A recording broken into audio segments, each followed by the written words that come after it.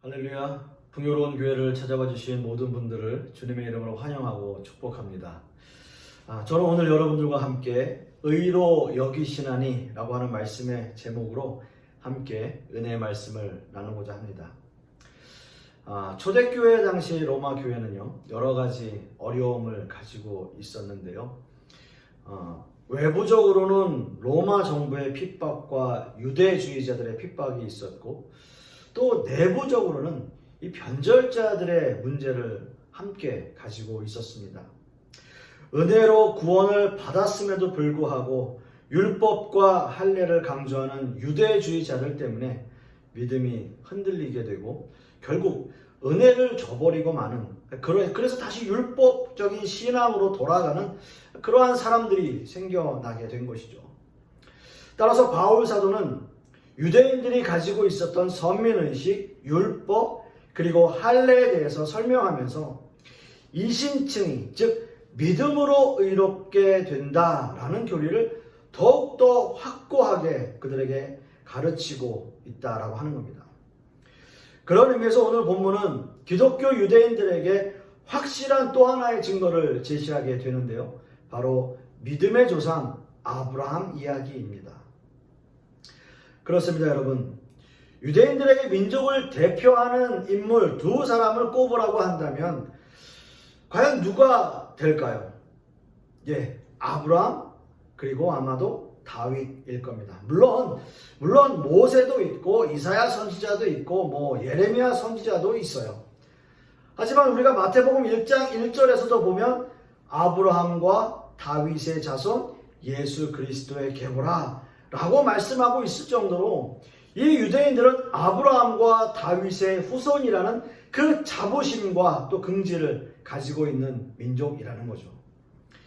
아브라함은 유대 민족을 대표하는 정말 아버지 같은 그러한 인물이고요. 또 하나님께서 특별히 아브라함을 선택하셨고, 또 아브라함은 또한 믿음으로 순종함으로써 하나뿐인 아들 이삭을 하나님 앞에 번제로 드릴 수 있는 그러한 엄청난 믿음을 가진 사람입니다. 그래서 아브라함은 유대인들에게 믿음의 조상이라고 말하는 거죠. 그렇다면 바울 사도는 오늘 본문을 통해서 아브라함에 대한 어떠한 이야기를 하고 싶은 것일까요? 아브라함의 어떤 부분을 부각시켜서 기독교 유대인들을 설득하려 하는 것일까요? 어떤 의미에서는 그들의 마음이 흔들리고 있는, 그들의 믿음이 흔들리고 있는 그러한 기독교 유대인들에게 무언가 해주고 싶은 말이 있어야 되는데 이 아브라함을 통해서 어떤 이야기를 하고 싶냐라는 겁니다. 일반적으로 저와 여러분도 마찬가지지만요, 우리는 아브라함 하면 무조건 믿음의 조상이라고 각인되어져 있어요. 믿음의 조상, 믿음의 아버지라는 사람으로 우리는 각인되어 있습니다. 물론 그렇습니다. 아브라함은 믿음의 사람이고 또 어떤 의미에서는 순종의 사람입니다. 그런데 오늘 읽은 본문 1절과 2절을 다시 한번 보세요. 그런즉 육신으로 우리 조상인 아브라함이 무엇을 얻었다 하리요? 만일 아브라함이 행위로서 의롭다 하심을 받았으면 자랑할 것이 있으려니와 하나님 앞에서는 없느니라. 하나님 앞에서는 없느니라 라고 말하고 있습니다. 여러분 보세요. 하나님 앞에서는 자랑할 것이 없다 라고 이야기합니다. 그렇습니다. 우리 역시도 아브라함을 생각하면 어떤 행위를 떠올리게 됩니다. 그래, 아브라함이 하나님 말씀에 순종해서 정말 자기의 본토 친척 아비집을 떠났지. 어디로 가야 할지 모르지만 어찌됐든 하나님께서 말씀하셨으니까 무작정 그가 떠난 것 아니겠는가, 이런 생각을 하게 되죠. 그리고 어떻게 또 아들을 하나님께 번제로 바칠 수 있을까? 사람을 번제로 드린다는 거 정말 생각만으로도 끔찍한 일인데 아브라함은 정말 믿음이 대단한 사람이다, 이런 생각을 우리는 하게 되는 거죠. 아브라함의 믿음의 여정이나 과정들은 전혀 생각하지 않고 그 행위만 바라보았을 때는 그는 정말 위대한 사람으로 보여집니다. 그렇다면 정말 아브라함은 유대 민족의 자랑처럼 처음부터 그는 믿음의 사람이었을까요? 하나님이 모든 민족들보다 그래도 유대 민족이 우수해서 그 민족 가운데 선별해서 그리고 그 중에서도 아브라함을 택하신 것일까요? 아브라함이 하나님 앞에 택함 받을 만한 그 어떤 조건과 이유가 있어서 그래도 하나님이 아브라함이 좀 나으니까 그래서 하나님이 아브라함을 택하신 것일까요? 아브라함 하면 가장 먼저 떠오르는 게 무엇입니까? 믿음으로, 순종으로 본토 친척 아비 집을 떠난 것. 어떤 의미에서 보면 아브라함의 그 여정들 중에서 이 행동이 가장 대표적인 믿음의 행동이라고 보여져요. 하지만 아브라함의 여정은 그렇게 순탄하지만은 않았습니다. 물론 하나님의 말씀을 듣고 순종하여 본토 친척 아비 집을 떠나는 그 갈대아 우르를 떠나게 됩니다. 하지만 아브라함의 아버지인 데라가 나이가 많았고 기력이 약해서 가는 도중에 하란에 머물게 되고요. 그 데라가 죽기까지 그곳에 머무르게 됩니다. 창세기 11장 31절과 32절 말씀을 보시면 데라가 그 아들 아브람과 하란의 아들인 그의 손자 롯과 그의 며느리 아브라함의 아내 사레를 데리고 갈대아인의 우르를 떠나 가나안 땅으로 가고자 하더니 하란에 이르러 거기 거류하였으며 데라는 나이가 205세가 되어 하란에서 죽었더라 라고 말씀하고 있습니다. 아브라함이 갈대아를 떠나 가나안으로 가려고 했다는 것은 이미 하나님의 말씀이 아브라함에게 전달되어진 상태를 말합니다. 하나님께서는 떠나라 라고 이미 명령을 하셨어요. 그러니까 사실 아브라함은 가나안으로 떠나려 했지만 아버지 데라 때문에 아버지의 친가의 집은 떠났는지 모르겠지만 사실상 본토를 떠나지는 못한 상태라는 거예요. 그런데 여러분, 우리는 이 문제는 그래도 아브라함이 아버지를 생각해서 이렇게 한 것이 아닐까라고 어느 정도는 이해할 수 있습니다. 연로하신 아버지를 배려하는 효심이야 충분히 이해가 되는 상황이죠. 그런데 이 말씀을 보시면 생각이 조금 달라지게 돼요. 창세기 12장 5절 말씀을 보시면 아브라함이 그의 아내 사레와 조카 롯과 하란에서 모은 모든 소유와 얻은 사람들을 이끌고 가나안 땅으로 가려고 떠나서 마침내 가나안 땅에 들어갔더라 라고 말씀하고 있습니다. 자, 이 본문에서 중요한 것은 하란에서 모은 모든 소유입니다. 하란에서 모은 모든 소유. 아브라함이 하란에서 재산이 불어났다고 하는 것은 그만큼 아브라함의 식구들이 하란에서 장기 체류하고 있었다라는 사실이에요. 예, 물론 아버지 때문에 머물게 되었지만 아버지가 돌아가시고 나서 곧바로 떠나지 못했다는 이야기가 됩니다. 그 당시 하란이란 지역은 상업이 발달된 도시였고요. 대식구의 생계를 책임지고 있던 아브라함은 쉽게 이곳을 떠나지 못했다라는 거죠. 여러분, 우리도 마찬가지 아닐까요? 물론 하나님의 말씀을 따라 순종하고 나아가지만 때로는 현실이 너무 좋아서 그 현실에 안주하고 싶을 때가 얼마나 많습니까? 이 평화가 깨어지지 않기를 기도하죠. 이 현실이 지속되기를 기도하죠. 그렇습니다. 여러분, 하란에서 가나안까지는 약 480km인데요. 그때 당시의 도로 사정이나 환경으로 아브라함의 식구들과 재산을 가지고 이동한다는 것은 그렇게 쉬운 일은 아니었다라는 거죠. 아브라함이 하란에서 장기 체류할 수밖에 없었던 이유를 우리는 충분히 이해할 수 있다라는 거예요. 아니, 이해할 수 있을 것 같아요. 그런데 왜 떠났을까요? 당연히 하나님의 말씀 때문이죠. 하나님의 말씀 때문이죠. 하란에서 머물고 싶었겠지만 하나님의 말씀이 자꾸 마음에 생각나서 견딜 수 없었겠죠. 너는 너의 고향과 친척과 아비집을 떠나 내가 내게 보여줄 땅으로 가라. 이 말씀이 하란에서 머무는 동안, 하란에서 장기 체류하는 동안 늘 가슴 한켠에 자리 잡고 있었겠죠. 그래서 떠난 거예요. 그 말씀에 순종해서 떠난 겁니다. 우리가 아브라함을 생각할 때 하나님이 떠나라고 하시니까 예, 알겠습니다. 바로 떠나서 가나안에 이른 게 아니에요. 이런 갈등과 고민과 연단의 시간들이 아브라함에게 있었다라는 겁니다.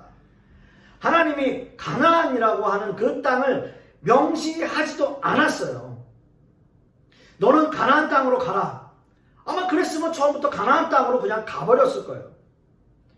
그런데 뭐라고 말씀하십니까? 내가 내게 보여줄 땅. 내가 내게 보여줄 땅. 그 땅이 어떤 땅인지, 그것이 가나안인지 어딘지, 그가 가나안에 그때 가보고서야 알았다라는 거죠. 그 당시 가나안은 그렇게 알려지지 않은 땅이었어요. 어떤 의미에서는 그런 의미에서도 그가 갈등하고 고민스러웠겠죠. 예, 잘 모르니까요. 미지의 땅이니까요. 믿음의 조상 아브라함이라고 하니까 예, 알겠습니다. 가겠습니다. 그렇게 하고 끝난 게 아니라는 겁니다. 아브라함도 연약한 인간이에요. 우리와 같은 인간입니다. 고민하고 생각하고 이 많은 식구들을 내가 데리고 떠나야 되는데 과연 그곳은 어떤 땅인지, 어떤 사람들이 또 그곳에 자리 잡고 살고 있는지 모르니까 고민과 생각과 여러 가지가 깊어졌겠죠. 우리가 생각하는 것처럼 아브라함이 정말 엄청난 믿음이 있어서 그 믿음대로 그냥 예, 하나님 알겠습니다. 지금 떠납니다. 바로 가서 그냥 가나안에 정착하고 하나님이 말씀하신 대로 그냥 승승장구하고 그렇게 살았던 게 아니라는 거예요. 고민하고 생각하고 연단이 있고 여러 가지의 상황들이 또 받쳐지지 않고 내가 정말 가장으로서 이 사람들을 이끌어가는, 말하자면 족장시대에 그 한 족장으로서 이 많은 사람들을 이끌고 감에 있어서 생각하고 또 생각하게 되는 거죠. 그러한 연단의 시간들이 있은 이후에야 가나안 땅으로 떠나게 되는 거예요. 왜요? 마음 한구석에 자리 잡고 있으니까요. 마음 한구석에 하나님이 말씀하신 그 말씀이 자리 잡고 있으니까요. 여러분 한번 생각해 보겠습니다. 아브라함의 믿음을 보여준 가장 유명하고 위대한 행위는 뭘까요? 그건 아마도 자신의 독자 아들 이삭을 번제로 드리는 사건일 겁니다. 참 대단한 사건이죠. 참 위대한 믿음입니다. 그러나 이런 결정을 내리기까지, 이러한 믿음의 모습을 보이기까지 아브라함에게는 엄청난 위기와 갈등이 있었어요. 하나님의 약속을 받고서도 그는 이스마엘을 낳습니다. 그리고 아들을 낳을 것이라는 말씀의 사례는 웃어요. 그리고 결국 그가 100세가 되어서야 아들을 낳습니다. 아브라함의 나이 75세에 하나님의 말씀을 받았고 결국 그가 100세가 되어서 아들을 낳기까지, 그리고 약 15년의 세월이 더 흘러서 이삭을 하나님께 바치라는 그 시간까지 약 40년의 세월이 지나가게 된 거예요. 그 시간 동안 아브라함은 수없이 많은 고민과 갈등과 시련과 연단과 이러한 것들이 계속 연속되어졌어요. 그의 삶을 보면 그래요. 물론 좋은 날도 있었겠죠. 하지만 이런 세월이 아브라함을 만들어가는 거예요. 다듬어 가고 있는 거예요. 이런 세월이 흘러서 아브라함은 믿음의 조상이 되는 거예요. 그 아들을 번제로 바치기까지 그 믿음들이 한순간에 심어진 것이 아니라 수없이 많은 세월 동안 아브라함이 다듬어지고 연단받고 연단받아서 그가 그런 결정을 할 수 있는 믿음에까지 이르게 되는 거죠. 그런데도 우리는 왜 이 아브라함을 믿음의 조상이다 또는 믿음의 조상으로 여기는 것일까요? 그렇게 엄청난 고난과 시련과 연단의 세월들이 그에게 있었음에도 불구하고 우리는 그냥 아브라함은 믿음의 조상이라고 이야기해요. 그것은 당연히 아브라함이 그러한 연단들 속에서도 그의 믿음이 있었다라고 하는 거예요. 그 믿음 때문이에요. 오늘 이거 본문 3절 말씀을 보시면 성경이 무엇을 말하느냐? 아브라함이 하나님을 믿음에 그것이 그에게 의로 여겨진 바 되었느니라. 의로 여겨진 바 되었느니라 라고 말씀하고 있습니다. 아브라함의 믿음은 하나님을 의지하는 믿음이었습니다. 비록 어려운 환경과 고난의 길이 연속되었지만 그 상황 속에서 자신을 부르신 그 하나님을 그는 믿고 따르고 의지하는 거예요. 비록 아버지 때문에, 그의 육신의 아버지 때문에 화란에 머물렀고 그곳에서의 환경이 좋아서 좀 더 머물고 싶었지만 늘 하나님의 마음이 그에게 생각났던 것처럼, 그래서 떠나게 된 것처럼, 또 하나님의 아들을 약속하셔서 그 아들을 낳기까지 수많은 시련과 연단이 그에게 있었지만 결국 하나님의 말씀을 의지하게 되고 이것을 하나님께서는 기쁘게 여겨주셨다는 거예요. 기쁘게 여겨주셨다는 거예요, 하나님이. 오늘 이거 보면 3절에서도 가장 중요한 단어는 여기서 여겨진 바 되었느니라 라는 말씀입니다. 지금까지 제가 설명드린 이 아브라함의 믿음은 어떻게 보면 이 아브라함의 믿음으로 인해서 그가 정말 어떻게 우리의 일상과 그의 모습이 다른지 우리는 생각해 보게 돼요. 물론 믿음의 조상이라고 하지만 아브라함의 행위만 가지고 본다면 아브라함은 믿음의 조상으로서는 완벽한 모습은 아니었을 거예요. 하지만 하나님은 아브라함을 의롭다 라고 여기신다라는 거죠.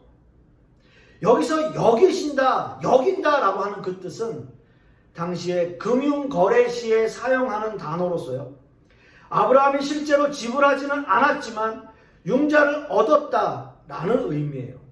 아무런 담보도 제공하지 않고 그냥 그것이 지불되어졌다 라는 거예요. 이것이 여겨진다는 뜻이에요. 하나님은 아브라함의 행위를 보시지 않습니다. 아브라함이 떠나라는 명령에 하란에 몇 년 머물렀는지 그 날짜를 세지 않으십니다.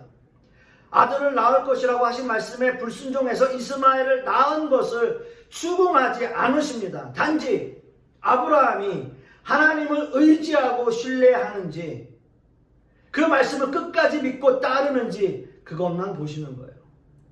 그리고 그것만으로도 의롭다 여겨주시는 겁니다. 사랑하는 성도 여러분, 저와 여러분 역시 마찬가지 아닐까요? 우리는 하나님의 은혜로 택함받은 백성들입니다.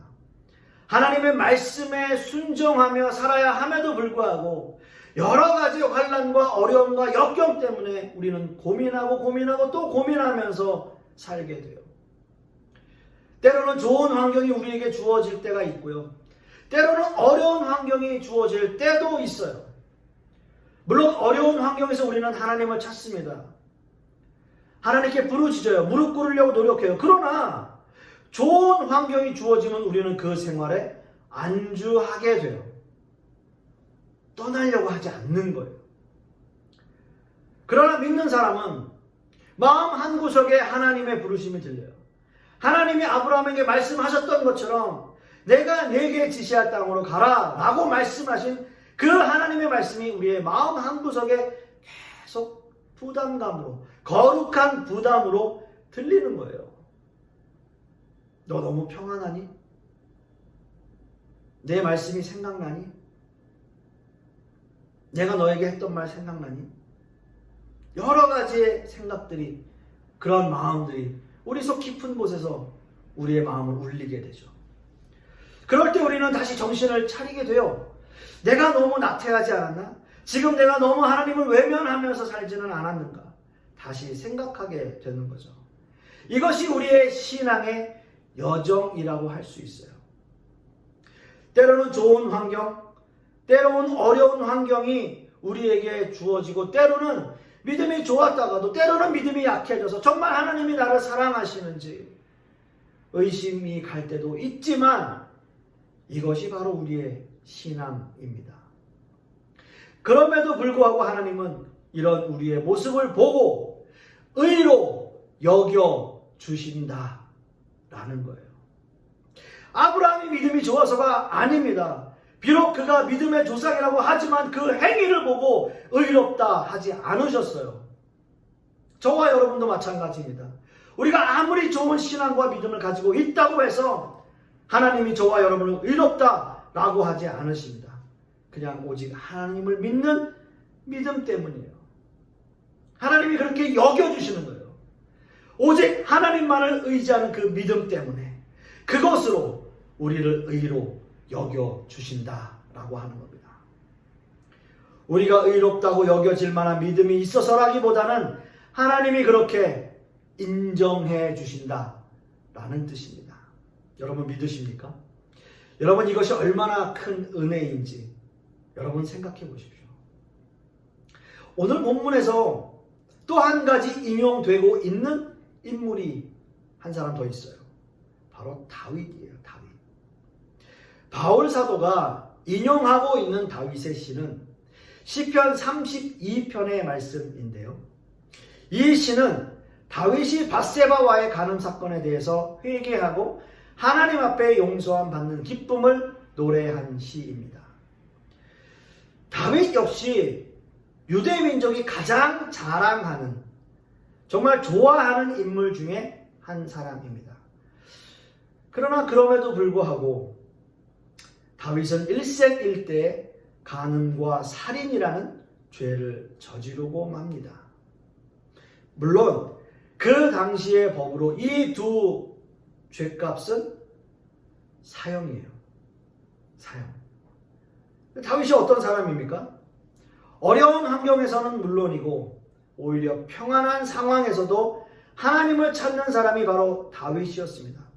그러나 다윗에게 게으름과 나태함이라는 환경이 주어질 때 다윗은 범죄하게 됩니다.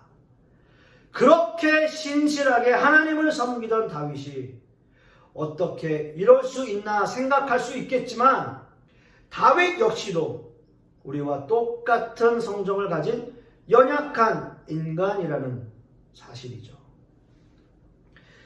여기서 중요한 것은 다윗은 자신의 죄를 깊이 회개하였고 하나님은 그 죄를 사해 주셨다라는 거죠. 씻을 수 없는 죄를 저질렀지만 하나님은 다윗의 죄를 용서해 주십니다. 그리고 하나님은 다윗을 의롭다라고 여겨주시는 거예요. 여겨주시는 거예요. 여러분 이게 바로 신앙이에요. 용서받지 못할 죄를 저질렀지만 그럼에도 불구하고 우리를 용서하시고 의롭다라고 여겨주시는 분, 그분이 바로 우리를 죄에서 구원해 주신 하나님이십니다. 어떻게 이렇게 할 수 있나요? 왜 하나님은 우리를 의롭다 여겨주십니까? 이것은 하나님의 백성을 구원하시고 하나님께서 믿는 사람들을 하나님의 백성 삼아주시는 하나님의 구원 사역이고 하나님의 구원 역사라고 하는 거예요. 아니 엄밀하게 말씀드려서 구원의 신비라고 말할 수 있습니다. 이 사역에는 하나님의 독생자 아들이신 예수 그리스도의 십자가의 공로가 있고요. 그 어떤 것으로도 우리를 의롭게 할 수 없지만, 그 어떤 것으로도 우리의 죄를 씻을 수 없지만, 오직 예수 그리스도의 십자가의 공로로 믿는 자들에게 주시는 하나님의 값없는 은혜라는 거예요. 그리고 우리를 의롭다 여겨 주신다라고 하는 겁니다. 여러분, 이 일에는 아브라함도 다윗도 그리고 저와 여러분도 그 어떤 행위로 의롭다 여겨질 수 없습니다. 우리가 아무리 믿음이 뛰어나다 하더라도 소용없어요. 하나님은 우리의 믿음의 행위를 보시는 것이 아니라 우리가 하나님을 믿는 그 믿음에 대해서 의롭다고 여겨주시기 때문입니다. 그냥 인정해 주시는 거예요. 인정해 주시는 거예요. 사랑하는 성도 여러분, 여러분 믿으십시오. 그 믿음 안에는 엄청난 일들이 있어요. 우리가 생각지도 못하는 일들이 그 안에 포함되어져 있습니다. 여러분의 믿음의 여정들이 있어요. 누군가는 지금 어려운 환경들을 지나고 있을 것이고요. 또 누군가는 정말 안주하고 싶은 편안한 환경일 수도 있어요. 누군가는 믿음이 한없이 자라나는 시간일 수도 있고요. 누군가는 믿음이 한없이 추락해서 나락으로 떨어지는 그러한 믿음이 나에게 보이지 않는 순간일 수도 있어요.